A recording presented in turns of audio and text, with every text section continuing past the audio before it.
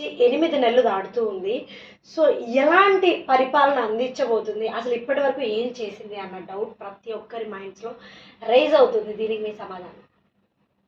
ఇది ప్రజలందరికీ తెలుసుకోవాల్సినటువంటి విషయం. శ్రీ నారా చంద్రబాబు నాయుడు గారు విజనరీ. లాంగ్ టర్మ్ రిటర్న్స్ రావాలంటే నారా చంద్రబాబు నాయుడు గారు కావాలి. ఈ 9 నెలల్లో జరిగినటువంటి అభివృద్ధి ఏంటి అంటే, మనకు అనేక కంపెనీలతో ఎంఓయూలు జరుపుకున్నాం. అనేక కంపెనీలు ఈరోజు రాష్ట్రంలో రావడానికి సిద్ధంగా ఉన్నాయి. అలాగే సంక్షేమ విషయానికి వస్తే సంక్షేమ కార్యక్రమాలు కూడా చాలా చేశాం.